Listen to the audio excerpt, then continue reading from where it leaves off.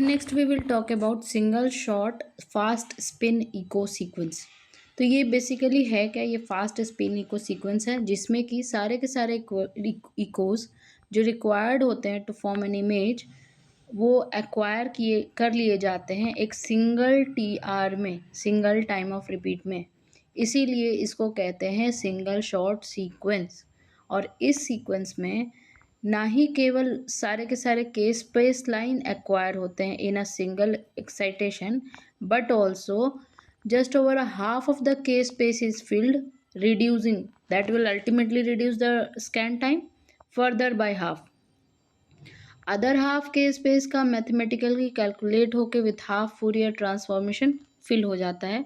दस for example to acquire an image with matrix 128 128, ये बहुत ही सफिशिएंट होगा to acquire only 72 K space lines, क्योंकि रेस्ट तो हाफ फूरियर ट्रांसफॉर्मेशन करके फिल हो जाएगा।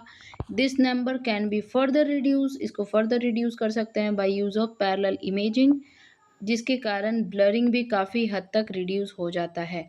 नेक्स्ट है हमारे पास ग्रेडियंट इको सीक्वेंस। ये तीन difference, there are basic three difference between spin echo and gradient echo. पहला कि ग्रेडियंट इको में 180 डिग्री पल्स नहीं होता। रीफेजिंग जो होता है ट्रांसफर्स मैग्नेटाइजेशन में, जीआरई में, वो ग्रेडियंट्स के हेल्प से होता है, particularly by reversal of frequency encoding gradient. क्योंकि रीफेजिंग ग्रेडियंट से हो रहा है, ये सिग्नल देगा दिस सीक्वेंस, इसीलिए इसको कहते हैं gradient echo sequence. Flip angle जो होता है जीआरई में वो बहुत ही छोटा होता है, usually less than 90 degree.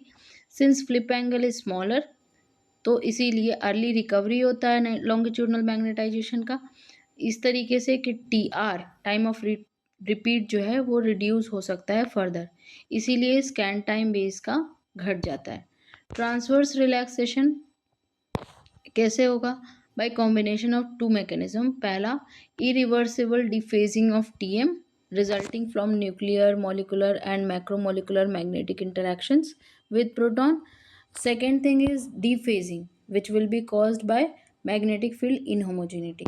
Spin echo sequence में जो डिफेजिंग होता है वो मैग्नेटिक फील्ड इनहोमोजेनिटी के कारण होता है, वो एलिमिनेट हो जाता है बाय 180 डिग्री पल्स, इसीलिए इसको ट्रू ट्रांसवर्स रिलैक्सेशन कहते हैं in spin echo sequence. GRE sequence में जो डिफेजिंग इफेक्ट होता है मैग्नेटिक फील्ड इनहोमोजेनिटी का, वो कंपनसेट नहीं होता, क्योंकि यहाँ पे कोई भी 180 डिग्री पल्स नहीं होते हैं। T2 रिलैक्सेशन जो जीआरई में हो रहा है उसको हम कहते हैं T2 स्टार रिलैक्सेशन, और 1/T2 star will be equal to 1/T2 plus 1 by relaxation by inhomogeneity. Usually T2 star less होता है देन T2। सो जो बेसिक जीआरई सीक्वेंस है उसको हम लोग डायग्राम में दिखा दिए हैं। टाइप्स ऑफ जीआरई सीक्वेंस कितने होते हैं? जीआरई सीक्वेंस को दो टाइप में depending upon what is done with the residual transverse magnetization, इसको डिवाइड कर दिया गया है दो में। After reception of the signal in each TR, अगर रेसिडुअल ट्रांसवर्स मैग्नेटाइजेशन डिस्ट्रॉय होता है बाय द आरएफ और gradient such that it will not interfere with the next TR, तो सीक्वेंस को हम लोग कहते हैं स्पॉइल्ड या incoherent GRE sequence. Second type में ऑफ जीआरई सीक्वेंस में जो रेसिडुअल ट्रांसवर्स मैग्नेटाइजेशन है वो डिस्ट्रॉय नहीं होता है, इनफैक्ट ये रीफोकस हो जाता है such that after a few time of repeats steady magnitude of longitudinal magnetization and transverse magnetization is reached. In sequences को हम लोग कहते हैं स्टेडी स्टेट या कोहेरेंट जीआरई सीक्वेंस। स्पॉइल्ड या इनकोहेरेंट जीआरई सीक्वेंस नेक्स्ट है, जो कि हम नेक्स्ट सेशन में देखेंगे। तब तक के लिए please listen to it again and again, ताकि आपके माइंड में बैठ जाए।